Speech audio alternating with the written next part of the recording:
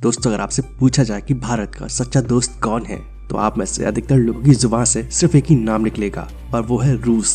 वैसे रूस इस बात को साबित भी कर चुका है कि वो भारत का सच्चा दोस्त है। साल 1971 ये वो साल था जब पाकिस्तान के टुकड़े टुकड़े कर दिए गए थे और उसी समय पाकिस्तान को पूरी दुनिया के सामने भारत के आगे घुटने टेकने पड़े थे। लेकिन 1971 की लड़ाई में पाकिस्तान को हराना इतना आसान नहीं था, क्योंकि उस समय अमेरिका जैसे दूसरे बड़े बड़े देश भारत के खिलाफ और पाकिस्तान के साथ खड़े दिख रहे थे।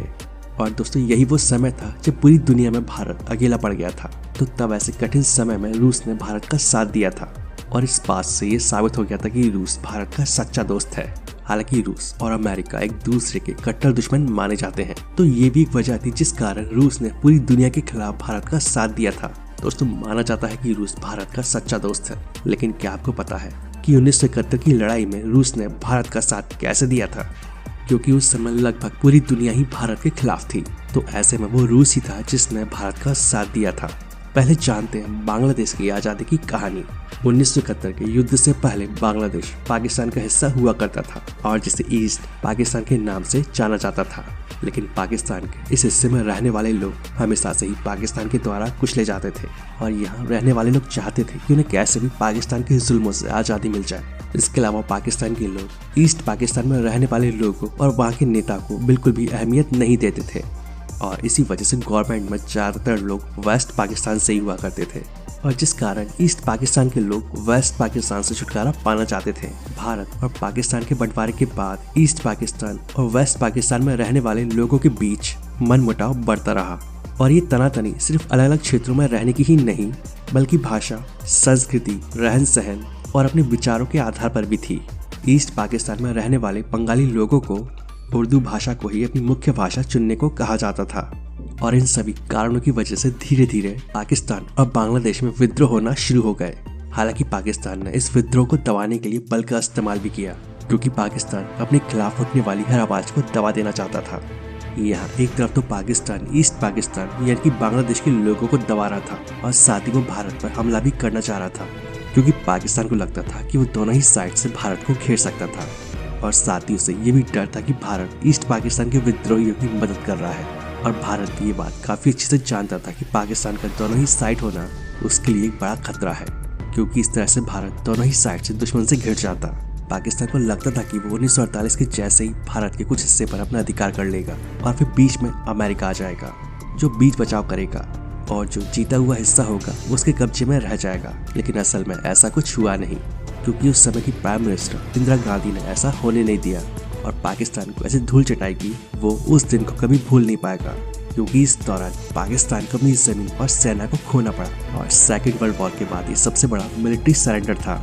फिर 1971 में भारत और पाकिस्तान का युद्ध होता है। पाकिस्तान अपनी युद्ध की तैयारियां पूरी कर चुका होता है और अमेरिका भी ये बात जानता था कि अगर भारत और पाकिस्तान के बीच युद्ध होता है तो निश्चित तौर पर जीत भारत की होगी और अगर ऐसा होता है तो एशिया में उसका प्रभाव कम हो जाएगा। और पाकिस्तान को भी ये बात अच्छे से पता थी कि युद्ध में अमेरिका भारत का साथ नहीं देगा और इस वजह से भी पाकिस्तान काफी उछल रहा था और जब भारत ने अमेरिका से मदद मांगी तो अमेरिका ने साफ मना कर दिया और इस वजह से भी पाकिस्तान काफी उछल रहा था। इसके बाद 3 दिसंबर की रात को पाकिस्तान की तरफ से भारत पर हमला कर दिया जाता है। हालांकि इसके लिए भारत पहले से ही तैयार था और फिर 4 दिसंबर को भारत की तरफ से भी युद्ध का ऐलान कर दिया जाता है। उस समय ये पहली लड़ाई थी जिसमें भारत की तीनों सेना एक साथ लड़ी थी और जिसके बाद भारत ने बहुत ही जल्द पाकिस्तान के करीब 15,000 किलोमीटर के क्षेत्र पर अपना कब्जा कर लिया था। लेकिन ये लड़ाई जितनी आसान लग रही थी ये उतनी आसान थी नहीं, क्योंकि अमेरिका इस लड़ाई में पाकिस्तान का साथ दे रहा था। पाकिस्तान का साथ देने का एक कारण ये भी था कि पाकिस्तान अमेरिका के द्वारा बनाए गए 2 मिलिट्री संगठनों सैंटो और सियाटो का भी हिस्सा था।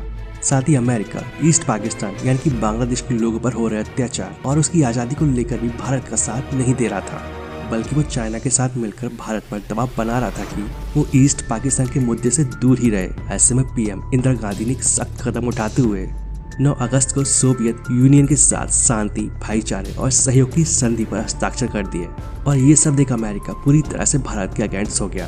3 दिसंबर 1971 को पाकिस्तान ने भारत पर हमला कर दिया और 4 दिसंबर 1971 को इंदिरा गांधी ने देश में इमरजेंसी की घोषणा कर दी और सेना को पाकिस्तान को सबक सिखाने को कहा। इस लड़ाई के पहले ही दिन भारतीय नेवी के जहाज ने पाकिस्तानी सबमरीन को डुबो दिया और नेवी की स्पीड बोट्स ने 10 पाकिस्तानी बैटलशिप्स को खत्म कर दिया और कई पाकिस्तानी तेल भंडारों को खाक कर दिया। अब क्योंकि अमेरिका इस युद्ध में पाकिस्तान के साथ था और वो कैसे भी भारत को अलग थलग करना चाहता था, और इसलिए अमेरिकी राष्ट्रपति निक्सन ने चीन को भारत पर हमले के लिए उकसाया। लेकिन उस समय रूस की वजह से ही चीन को भी शांत रहना पड़ा, क्योंकि रूस ने चीन को पहले ही आगाह कर दिया था कि वो ऐसा कुछ भी ना करे। और पाकिस्तान के सैनिक भी यही सोच कर लड़ रहे थे कि चीन भारत पर हमला करेगा, जिससे भारत की सेना उसकी ओर आगे नहीं बढ़ पाएगी। लेकिन चीन ने इस मामले में कोई दखल नहीं दिया। इसके बाद अमेरिका ने भारत पर दबाव बनाने के लिए अपना एयरक्राफ्ट कैरियर USS एंटरप्राइजेस को बंगाल की खाड़ी में भेज दिया, जिससे कि वो भारत को डरा सके। और उस समय तक अमेरिका यही सोचकर बैठा था कि चीन भारत पर हमला करेगा, जिससे कि भारत को हर तरफ से घेरा जा सकेगा और इस तरह से भारत पाकिस्तान की ओर बढ़ना बंद कर देगा। लेकिन रूस की वजह से चीन ने ऐसा कुछ भी नहीं किया। पाकिस्तान के पक्ष पर अमेरिकी नौसेना का 7वां बेड़ा जब भारत की ओर बढ़ रहा था, तब भारत ने रूस से मदद मांगी। 10 दिसंबर को ब्रिटेन का एयरक्राफ्ट कैरियर ईगल भी भारत को घेरने के लिए निकल पड़ा और तभी रूस अपने जहाजों के बेड़े के साथ बंगाल की खाड़ी में उतर जाता है। रूस ईगल का मुकाबला करने के लिए अपनी न्यूक्लियर सबमरीन और एंटीशिप मिसाइल को भी उतार देता है। रूस के इस आक्रामक रुख को देखते हुए ब्रिटिश सेना पीछे हट जाती है। इसके बाद रूस अमेरिकी एयरक्राफ्ट कैरियर का रास्ता भी पूरी तरह से रोक लेता है, जिससे कि कोई भी अमेरिकी जहाज किसी भी भारतीय मिलिट्री बेस को अपना निशाना ना बना सके। और रूस की हर मिसाइल के निशाने पर अमेरिकी एयरक्राफ्ट था। इस दौरान रूस के मिलिट्री कमांडर अपने सबमरीन और जहाजों को अमेरिकी एयरक्राफ्ट के एकदम पास ले जाते हैं, जिससे कि अमेरिका के जासूसी सैटेलाइट्स उन्हें अच्छे से देख पाए और जिससे कि उन्हें ये पता चल जाए कि रूस अपने न्यूक्लियर सबमरीन के साथ उनके सामने है।